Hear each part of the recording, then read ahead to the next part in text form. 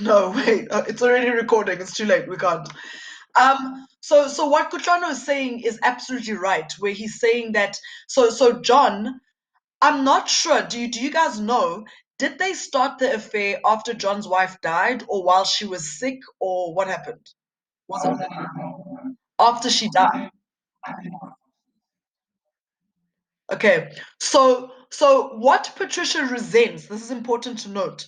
What Patricia resents about their affair is that Richard is made fun of in their relationship, in John and Patricia's relationship. But John's wife, John's late wife Anne, is like completely, she's like a saint. Like she's put up on this pedestal. They never talk about her. She can't even bring her up like indirectly. Like she can't even talk about her rose bushes, for example. Because in this house, when she arrives in this chapter, when she arrives at the house, she sees that his late wife's rose bushes have been unattended. And she knows she can't go, she knows that she can't go, hey, maybe you should do something about the roses, because that's like indirectly referring to the wife, because the wife is like just like this perfect saintly woman. And so Patricia really, really resents that, even though she knows that to a certain extent she is an accomplice. And what I'm starting to see more and more about Patricia, the more I read this novel again, is that Patricia, a lot of things bother her, and she doesn't talk about it. And she wishes that she could talk about it, but she still doesn't talk about it. So it's this very, very strange, like compressed, like she's very like suppressed, like in her existence, and she's been like that for a very long time. So when she goes to visit John Ford, he behaves strangely. So first of all, he offers her tea and Romany creams, and he normally doesn't have Romany. He normally doesn't eat Romany creams because he's like watching his figure or whatever. And on this particular day, he eats like a Romany cream, which is strange because he normally looks after himself. And another thing, when she arrives at the house, she sees that his late wife's rose bushes have been left unattended, and that's kind of strange. So this entire meeting is actually bizarre because even when he called her and he said, "I want to see you," she's kind of like, "What for?" Because they had said their goodbyes the week before, and now he's like, "No, I just want to see you one last time." And then he gives her a letter and he says, "Don't read this letter until you get down to Durban," um, which is also kind of strange. And again, Patricia behaves in that typical Patricia way where she doesn't bring up the fact that, I have questions, I want to ask things, and she doesn't ask things. Instead, she puts the letter in the cabbie hole with all the unread mail, and she's like, "Yeah, I'm not even going to read it." And she confesses that she's actually tired of John and all his nonsense, and just how um, how distant he is. He's become distant.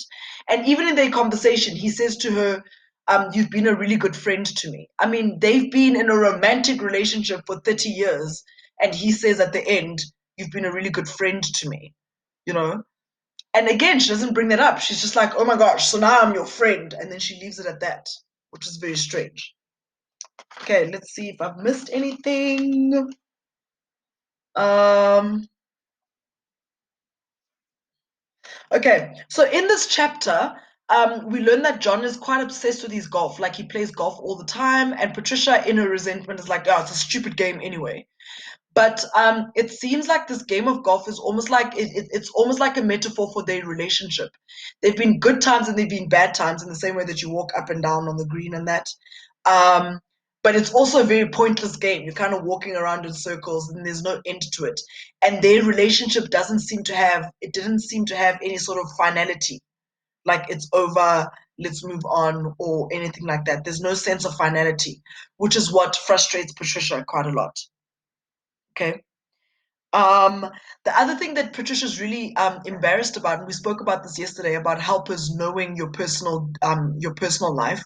Becky obviously knows about this affair. I mean, he's been driving her to John's for years, so he knows about this affair, and Patricia knows he knows. Um, so there's sort of like a discomfort, and there's like an uncomfortable feeling in this chapter, and an embarrassed feeling in this chapter. because you actually also notice, and we'll deal with it in the next chapter, but you also notice that Patricia is very disappointed in how her life turned out. She's very disappointed in how her marriage turned out, and even more disappointed in Richard himself. Like they don't even seem to like each other very much. She sort of tolerates him, but she also looks after him, and she makes sure that he's looked after. It's this complex. Their relationship is a very complex one. It's distant, but it's close. It's very weird. Okay. Um, okay, let's go on to the beauty chapter.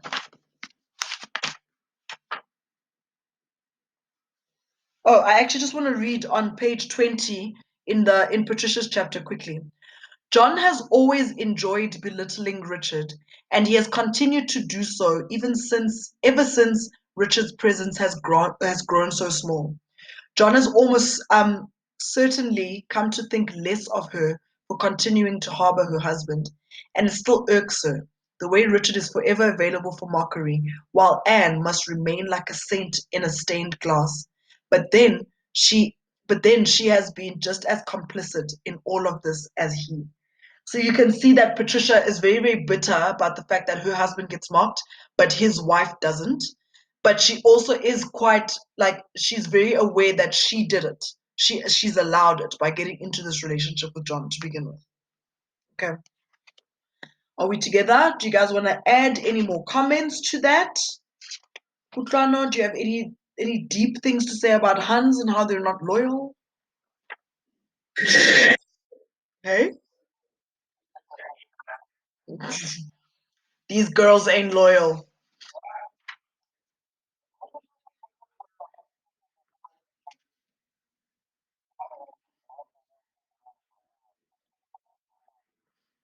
Yeah, but why is he talking about her babes? No, sorry.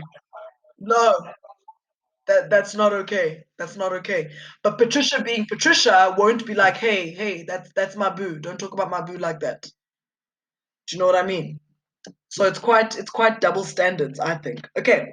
Then we go into beauty. The next chapter, page 22, is beauty's chapter. Okay. We get to know Beauty a little bit in this chapter. We learn that she'd like to have her own house one day. And some of the things that she treasures the most in her little room where she is and she's packing up are things that were like hand me downs from Patricia. And Patricia has given her things that are like broken. So there's an oil painting that Patricia gave Beauty, and Beauty loves it and she thinks it's the most beautiful thing in the world. But Patricia probably gave it to her because it was broken and it doesn't work anymore. And Patricia also liked no, not Patricia. Beauty also liked this cup that used to have the Queen that used to have Queen Elizabeth on the front. It's like this faded Queen Elizabeth on it, and she treasures and she loves that cup. And she actually steals it. She doesn't normally steal stuff, but this has sentimental value, and Patricia won't notice at this point. So she steals this cup, and so some of the things that Beauty holds on to, it seems like she holds on to them even though they are hand me downs. Someone else was like, oh, I don't like this anymore. And she was like, oh my gosh, I love it. And it's Beauty's dream to have a house, right? Oh, something that I forgot to mention yesterday is that we speak about dream house. When we spoke about dream houses, we spoke about positive things and what we look forward to, what we aspire to. And we realize in the novel that it's actually the complete opposite. In fact, in the first few chapters, they talk a lot about wars and nightmares and like negative things. You remember Richard dreamt that they were all dead. So it's all like opposite to what you would expect from a dream from a dream house, like from a dream house and something that you aspire to especially at the end of your life. Um so yeah.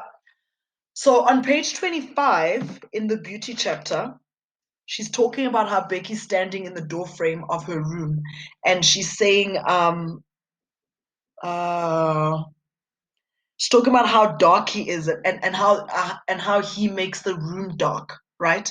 And the thing is about the farmhouse is that it's damp. The entire farmhouse is damp. Like everything smells musky and damp, and the house is also very very dark.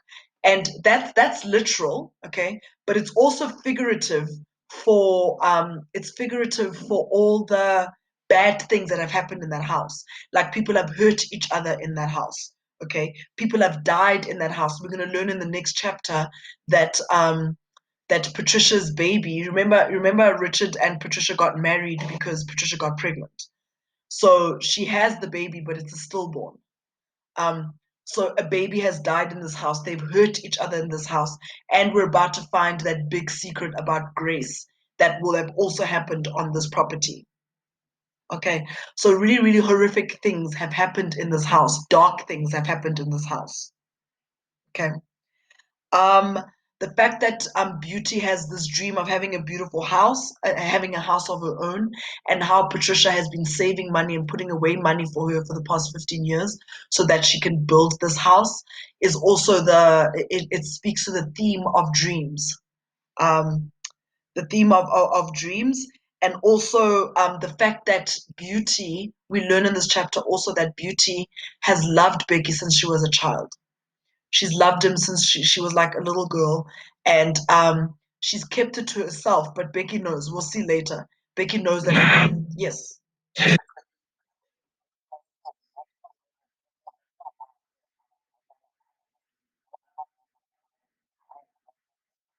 he's much older than her. I would say he's at least 10 or 15 years older than her. He's a lot older than her, and I think and maybe her love for him started from a like because I know when I was younger and I had crushes on people, it had more to do with the fact that they're older and they seem to have it together and they seem to know what they're about. Do you know what I mean? So it may have started that way and developed into, but he is a lot older than her. I think when he does on page 25. Uh, She and Becky have washed from the same tap and eaten from the same pot since she was a child. Whenever something significant had happened on the farm, they had received the same version of events. Every birth and death has been absorbed at the same moment under the same circumstances. She has spent many of her waking hours watching him, thinking about him, looking out for him, and yet there are still parts of the older man that remain a mystery to her. She has no idea, for example, what he thinks about leaving the farm. I think it mentions somewhere in in this chapter that he was much older than her. Okay, he is much older than her. Okay. Um, okay. So Becky doesn't really talk about how he feels about anything. The only thing that we know so far about Becky is that he doesn't really like they talk about Patricia says, "Yeah, we're gonna move to Durban and we get a beautiful view of the harbor." And Becky goes, "I don't like to look at the ocean." And Patricia says, not Patricia, Beauty says here that she doesn't even know how Becky feels about moving down to Durban. She doesn't necessarily know. But he said it quite clearly. So it goes to show that this love that she has for Becky doesn't come with knowing him. She doesn't actually know him. They don't really engage in any way. Okay. Um Becky has a son. That's one thing we do know about him. Becky has a son and he has a wife, actually. He's gone on and he's gotten married and he has a son. And this son was born and he couldn't hear and he had blue eyes and he has like a streak of his hair is white. And the way Patricia describes it in this chapter, she says that there's an old man trapped in this boy. And I think that's also a metaphor of the old men that are in some of the male characters. So in Big, for example, he sees a lot, but he doesn't say anything. So he's quite, once you get older, you're kind of like, this feeling of hopelessness kind of settles into you, and this feeling of weariness and tiredness sets into you, because you realize that things aren't as they seem. Like at your age, you guys think, yeah, I'm gonna go to varsity, I'm gonna get married, and I'm gonna get a job, and then you realize as you get older that life is a lot more complicated than that, and getting those things together is a lot complicated than just getting them. Do you know what I mean? And so being old, and that's why most adults will say to kids, don't grow up, as if you could stop it. Don't ever grow up, because you grow up and you realize, yes, life is hard. Growing up is the worst. Okay. Um, so Becky is that kind of guy. He kind of carries the weight of the difficulties of the world on his shoulders, and so he's wary in that regard. And Richard is an old man, but because of his dementia, he thinks he's young. He still sees himself as a very young boy. We saw in the chapter with Beauty how he's become so frail that he's looked after. I mean, he has to get helped to get into his pants, and he needs to be helped around, and we need to make sure that he's fed, and we need if he goes if he wanders off, we have to make sure that someone has gone with him. And you remember his response. He's like, I'm not a child, I'm a grown up. So there's something very childlike about him because of his dementia. Okay. And then Look Smart, we're still gonna meet Look Smart. Oh, Look Smart was actually mentioned a chapter ago. We're gonna meet Look Smart, but he's also like carrying the weight of the world, and he's been disillusioned by what happens outside in the world. Look Smart is first mentioned in Patricia's chapter because that's actually how John and Patricia met. John was the head of a school, and he actually organized a scholarship for Look Smart. And Patricia had brought Look Smart to him. So they would talk about Look Smart, and then eventually they weren't talking about Look Smart, they were talking about other things. There's this disregard about Look Smart. You remember last year when we did Othello? They spoke about Othello before the audience met him. Do you remember? So here again, they're talking about a young Look Smart, and it's before we as an audience meet Look Smart. And he's described as very quiet, but he's also described as exceptionally clever, like he's exceptionally smart. And we get a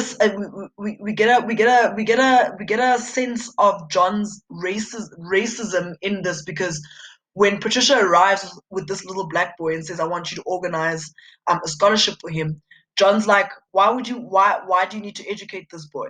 So to him, a black boy being educated is a waste of time, is a waste of energy, and he is even surprised at how well he does and how he progresses at school. Yeah, I forgot to mention that. Then the last chapter that we're going to do for today is Patricia's chapter.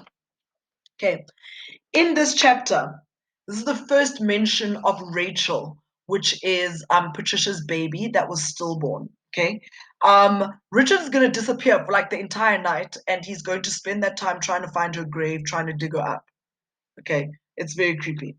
Um, So this is our first mention of Rachel, and we also learn that Rachel died the day that she was born, because there's one date on her gravesite. Okay. Let's see if I'm missing anything. Okay, I'm on another page. All right. So that's the first mention of Rachel. I've already spoken about how the house is dark, but that is a reference to the mood and all the bad things that have happened in that house and around that house. Okay. Remember, I said to you that Patricia never confronts any issues. So she feels frustration, she feels discomfort, she feels regret and disappointment, but she never ever wants to address it. She never ever wants to talk about it. And in this chapter, she talks a lot about lightning and longing for a storm, even though that farm doesn't need a storm. And her longing for a storm is also metaphorical of the fact that she's hoping for. I don't know if you've ever had a day that is so boring and all you want is like one piece of drama, one dramatic thing to happen just to shake things up. Have you ever felt that way? No. All the time. You wish like one gigantic thing would just happen to just shake everything up. Patricia feels like that. But for me, I'm a bit judgmental of Patricia because she won't do anything about it. She won't start the storm. Like she won't pick the fight. She won't confront John. She won't confront Richard. She won't confront anyone, but she wants things to be shaken up. Um, Yeah, I've already said that. That like very few things are spoken about. Like nobody speaks about anything, but everyone sits around in frustration. Okay. In this chapter, we also learn how Patricia and Richard got together and how they got to know each other and how they ended up actually getting married. So we learned that Richard grew up in Yorkshire in the UK, and his father was a manager of a farm. The way that he came to South Africa to be. Um, we also learn that what one of the things that they connected over, Richard and Patricia, they connected over the fact that they both lost their mothers at a very young age. So Richard lost his mother to cancer, I think, and Patricia lost her mother to a car accident. She was drunk driving, and she got into a car accident and she died. So it was one day where they had this long conversation and got to know each other and learned things about each other. And then at the end of the day, they ended up getting intimate. And then that's how Patricia, I just want to read Kabir's comment. That's how Patricia ended up getting pregnant. To go back, but I just think it's really weird that John and Patricia have been having an affair for so long, yet they speak yet they speak so formally to each other. I think for me, it just speaks to that awkwardness of like never quite connecting. Like Patricia never quite connects with anyone and she never confronts anything. But I also think maybe their formality has a lot to do with the fact that it's like, how do you say goodbye to someone that you've been that intimate with for 30 years? It's quite strange. So maybe it's a way of like detaching and disconnecting from each other and giving it a little bit of closure. I don't know. It's worth discussing. But also, please note, and we're gonna find out why John. Remember what I said about all the weird ways that John is behaving, and how he's not paying attention to his health as much. He's not paying attention to his wife's rose bushes as much anymore. There's something is not right about John on this particular day when she goes to see him, and even the fact that they already said their goodbyes, and he calls her and he says, "Come and see me." There's something very strange, and it's going to unravel. You're going to see why later on in the novel. Um I just don't want to spoil it for you. But yeah, it is very strange. Take note of that. And maybe the fact that he's being so formal is maybe a thing that is happening on that particular day. Even him going, "Yeah, you've been a really good friend," as opposed to, "Thank you for loving me, for being my eyes when I." Okay, never mind. I'm posting. I'm thinking Bon Jovi now. Okay. So the fact that they're looking back on their past and they're looking at how they lost their parents is an indication that goes back to the theme of love and loss and the past and the present. What happened in the past and how it affects the present. And the thing about Richard and Patricia that's really, really sad is that they connected on that day and on that day alone. So it was a good day, but that's about as intimate as their relationship got. It never really got intimate after that. Okay. They didn't have a connection after that. Just see if I added anything else in the last 2 minutes. This is quite interesting. Now at the end, I'm going to go to page 31. Page 31. The way Patricia treats him now. At the bottom paragraph, it says, "It has been her technique preferred over years to survive her husband by noticing him as rarely as possible," right? So, like, I think that's a very important quote to remember. She tolerates him. Patricia tolerates Richard. She puts up with him, and I don't even know why, because even the reason why they got married, that baby died when that baby was born. So there was really no reason for them to stay together or to carry on being together. And for me, I feel like that speaks to Patricia's like lack of backbone, ironically, because now she's got severe back pain. Miles, around, I'd say about 10 years ago, 2011, 2014. Why? Yeah. Mm. But I think also it speaks to Patricia being naive. You know, that understanding of, oh, we're just going to grow up and I'm going to meet someone and I'm going to marry them.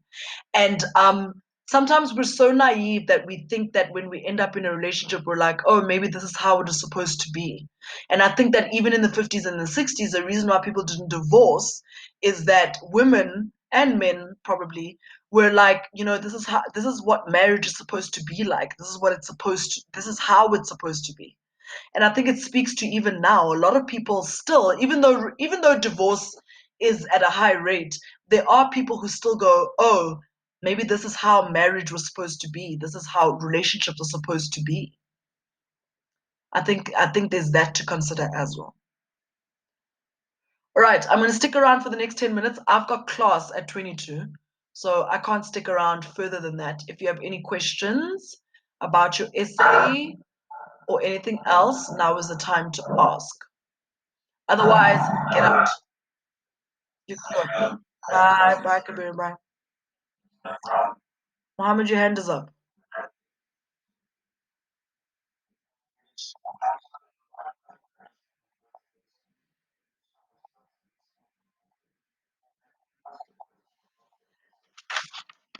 I've recorded.